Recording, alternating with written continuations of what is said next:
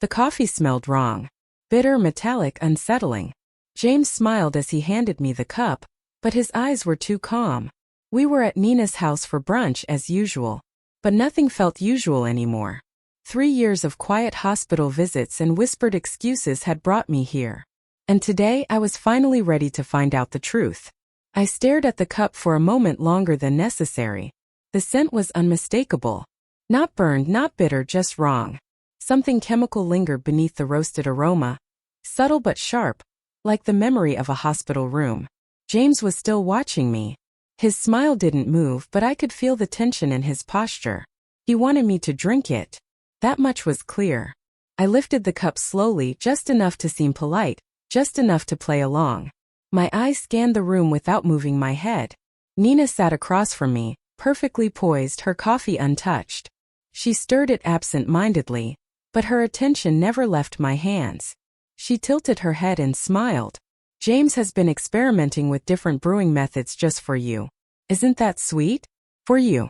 She had emphasized those 2 words as if they were a private joke. The room felt colder.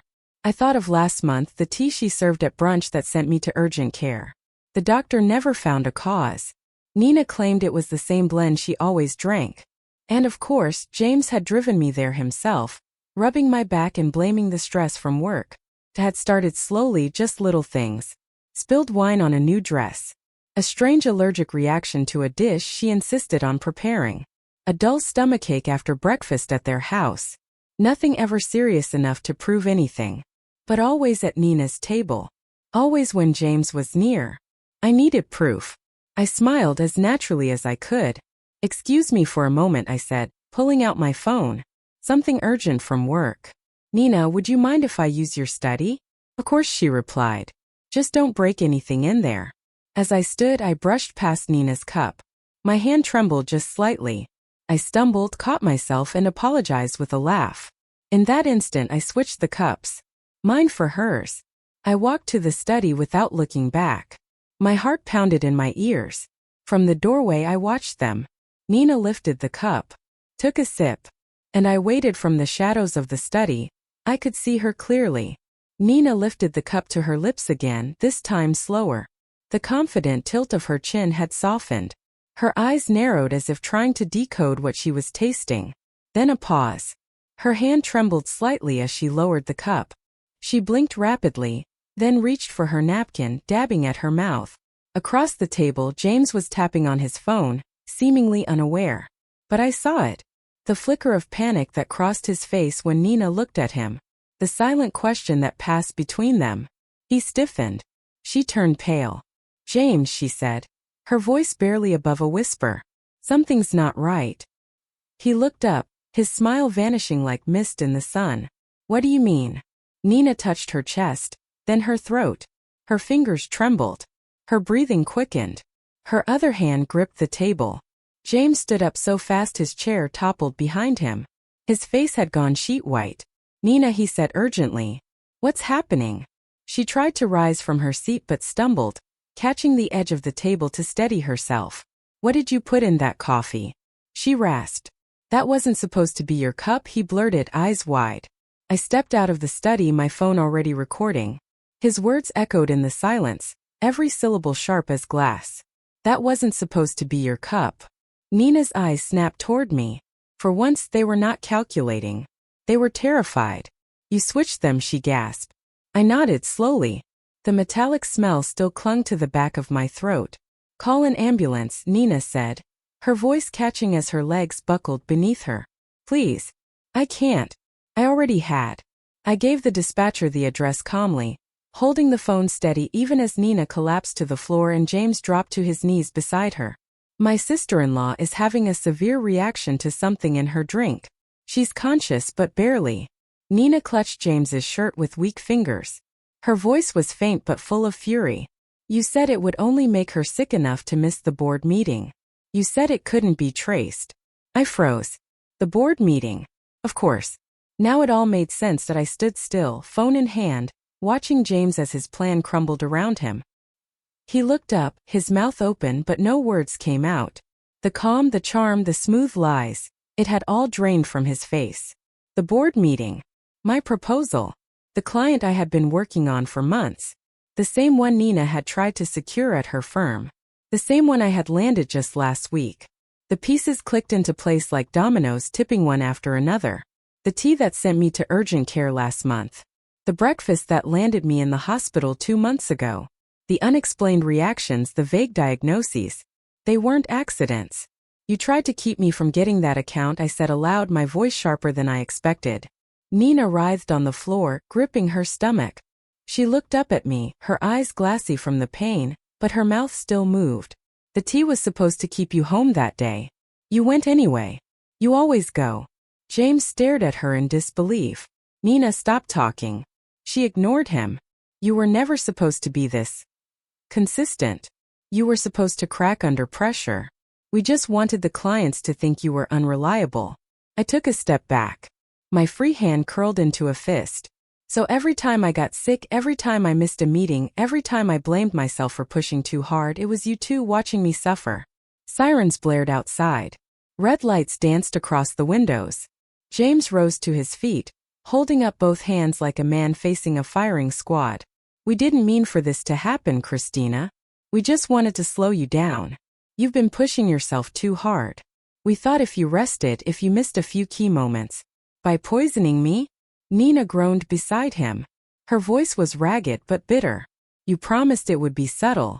Just enough to make her stay in bed. The front door burst open. Paramedics rushed in with equipment. I stepped aside, letting them work. As they lifted Nina onto the stretcher, I quietly stopped recording and emailed the file to myself. Then to my lawyer. One copy wasn't enough. Not anymore. The ambulance ride was quiet, except for the beeping of machines and the occasional question from the paramedic. I sat beside Nina, watching her tremble beneath the blanket, the color slowly draining from her face. Her eyes fluttered open just once, long enough to find mine. You knew, she whispered. I nodded. At the emergency room, I handed my phone to the triage nurse without a word. She watched the video with widening eyes before calling in a doctor and pulling me aside. Please wait here. Someone will be with you shortly. I sat in the cold waiting room, my phone still in my hand, the air sterile and heavy. The walls buzzed faintly with fluorescent light, and time seemed to slow. James had said he would drive separately. That was over 20 minutes ago. I wasn't surprised when he didn't show up. A nurse finally stepped through the double doors. Family of Nina Anderson? I stood. I'm her sister-in-law. She gestured for me to follow. She's stable for now, but the initial toxicology screen is concerning. The levels of foreign compounds in her system are not accidental. In the hallway outside Nina's room, a tall woman with silvering hair and a calm, focused expression waited for me. She introduced herself as Dr. Phillips. Mrs. Bennett, could you tell me exactly what happened before your sister-in-law became ill? I didn't answer immediately. Instead, I opened my phone and played the recording. Her expression shifted from polite professionalism to sharp attention as Nina's slurred confession echoed from the speaker. This is serious, Dr. Phillips said softly. The substance we found doesn't appear in food or beverages by mistake. We're looking at intentional contamination. Just then, James appeared at the end of the hall. He looked pale, sweaty, trying to compose himself, but his eyes darted toward the doctor. Christina, let me explain, he said, walking toward us. Dr. Phillips stepped forward, her voice calm but firm. Please stay back. Security to room 412. 2 security guards approached quietly, flanking him. James raised his hands in a poor show of innocence. This is all a misunderstanding. Nina was confused. She didn't know what she was saying. I looked at him, then pulled up the text messages I had quietly forwarded from his phone last week. So this conversation about making sure I was out of commission before the Henderson presentation, that was friendly banter? James went silent. His mask was cracking. And I was just getting started. Dr. Phillips's expression didn't change as she watched James squirm under the weight of his own silence. She motioned for the nurse to remain close, then turned to me. You said you've been hospitalized before. Can you recall when those incidents occurred? I nodded and reached into my bag, pulling out a small notebook and a second phone. The first time was in February, after dinner at Nina's house. I had severe nausea and dizziness. The second time in April. The tea incident. The third in June, after breakfast with them. Each time the symptoms were similar, but just different enough that doctors couldn't find a consistent cause. Dr. Phillips's eyes narrowed as she scanned the detailed notes I'd written in the margins. Dates, meals, symptoms, even the medications I had taken afterward. And you've been keeping records ever since? Yes. I noticed a pattern, and I started recording our conversations. I didn't always know what I was looking for, but I trusted my instincts. I played one of the voice recordings. Nina's voice came through clear, clipped, controlled. The Henderson account is worth millions. We can't let her ruin everything we've worked for. A few days of illness should be enough. Then James's voice followed. I've got something stronger this time. She won't make it to the presentation. The hallway went still. Dr. Phillips said nothing at first. Then she turned to the nurse. Toxicology screens. Full panel. And notify hospital security. I want eyes on both of them. Just then, another officer arrived, holding a sealed evidence bag. Inside were several small bottles with pharmaceutical labels and handwritten notes. We found these in Mr. Bennett's desk drawer at the Anderson marketing office, he reported. I stepped closer, my voice low. You were documenting it all? Like a research project? Nina's voice crackled from the monitor in her room.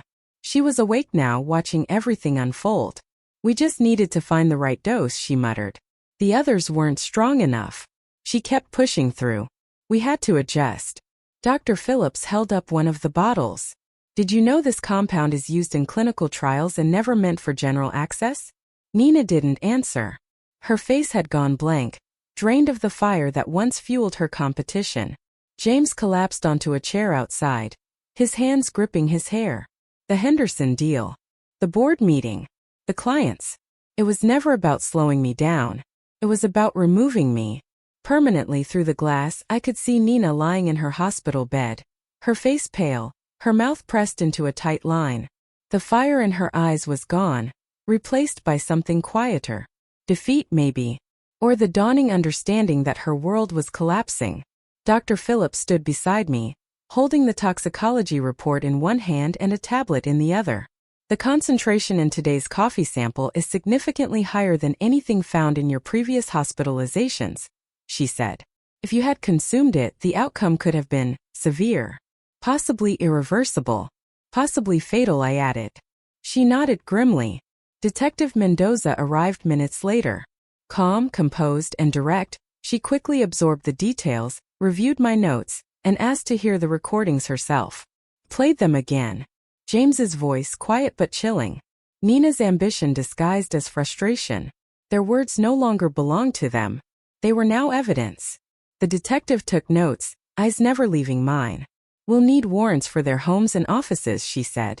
We'll also contact the pharmaceutical company. These compounds should not be in private hands. A nurse stepped in. There's a disturbance down the hall. James was yelling at security. His voice echoed, desperate and hoarse. I need to speak with my wife. Christina, please. You don't understand. We were trying to help you. Detective Mendoza approached him slowly. Help Mr. Bennett? By poisoning her? He dropped his arms to his sides. She was burning out. She was working herself to death. Na said if we could just slow her down. So you tried to take her out of the game, the detective finished. James turned to me, eyes bloodshot and pleading. You were always ahead of us. Always perfect. The clients, the promotions, the attention. Na said one bad presentation, one canceled meeting, that's all it would take. By slipping something into my drink? I could feel the rage rising in my throat, but my voice stayed calm. Was that what the Christmas party was about too? James looked away. His silence was answer enough. Detective Mendoza turned to the officers. I want both of their phones. Secure the patient room. Postguards at the doors. No one leaves until we know what else they've hidden. The pieces were falling into place. Not just suspicion now. Not just instinct. Now I had proof. And justice had finally opened its eyes. The trial began 3 months later. I sat in the courtroom each day, silent but unshaken, watching as the prosecution presented everything I had once lived through. The blurred hospital lights, the trembling hands, the whispered lies disguised as care. Now they weren't memories. They were exhibits. Nina sat at the defendant's table, her once flawless appearance replaced by tension she couldn't conceal. James avoided my eyes. He kept his head down, staring at the polished floor as if it might offer escape. The evidence was overwhelming. The voice recordings. The messages. The bottles recovered from James's office, still labeled, still holding residue of the substances. The written notes on dosages, symptoms, adjustments. It was clinical. It was chilling. Dr. Phillips took the stand, calm and clear. She explained the progression of symptoms. How each incident had escalated. How deliberate exposure over time showed an intent to harm, not just inconvenience. The pharmaceutical company confirmed the compounds weren't sold to the public. One of James's college acquaintances had smuggled them out of a research lab. That connection alone added another charge to the growing list. The prosecutor's voice was steady. This was not a single moment of weakness. This was a coordinated, premeditated campaign of harm, orchestrated over months, designed to discredit and disable Mrs. Bennett professionally and physically. James's lawyer tried to argue stress, poor judgment, even jealousy, but none of it could erase the audio clips of their planning, or the footage of Nina gasping on the floor that day. When the verdict was read, I felt no joy. Only breath. Guilty. Attempted murder. Conspiracy. Fraudulent use of medical substances. Each charge another weight added to the chain they had forged themselves. The judge's voice was firm. The calculated nature of these actions, and the extended period over which they were carried out, leaves this court no choice but to impose the maximum sentence. I watched as the bailiffs led them away. James didn't look back. Nina did, only once. There was no defiance left in her. Only the dull realization that she had lost everything she had tried to steal. Their freedom. Their careers. Their reputations. All gone. And I remained. Not just standing but rising. This wasn't revenge. It was release point 1 year after the verdict. I stood on stage at the Nashville Business Leaders Conference, staring out at a sea of unfamiliar faces. The lights were warm, the room silent. My name was printed across the event banner in bold, clean letters. Keynote speaker, Christina Bennett. Marketing director, survivor. The irony was not lost on me. This was the exact stage Nina had once said I would never reach. That I was too young, too ambitious, too visible. And yet, here I was. I took a breath and began. Success isn't just about talent or hard work. It's about resilience. About integrity. About having the courage to trust your instincts, even when everyone around you tells you you're imagining things. I paused. Sometimes the most dangerous people are the ones closest to us. The ones who smile as they hand you a coffee cup. The audience didn't stir. They didn't need more details. The story had already made its way through quiet circles, whispered between business meetings and brunch tables. But here I wasn't defined by what had happened to me. I was defined by how I had come through it. After the speech, several attendees approached me. Young professionals, mostly women, asking how I had managed to keep going. How I had stayed composed. I told them the truth. I focused on what I could control. I documented everything. I paid attention to the details. And I never let fear take my voice. That evening, I received an email from the Henderson client. The contract we had won, the one James and Nina tried to steal, had been renewed for another 3 years. I smiled and closed my laptop. Earlier that morning, a local paper ran a brief article about James and Nina beginning their prison sentences. I didn't read it. I had no interest in their story anymore. Instead, I walked into my office where a glass frame hung on the wall. Inside was a simple photograph. A ceramic coffee cup, half full, resting beside a legal notepad. Below it a plaque read, "Let them underestimate you. Then let them watch." It wasn't about revenge. It was about becoming untouchable.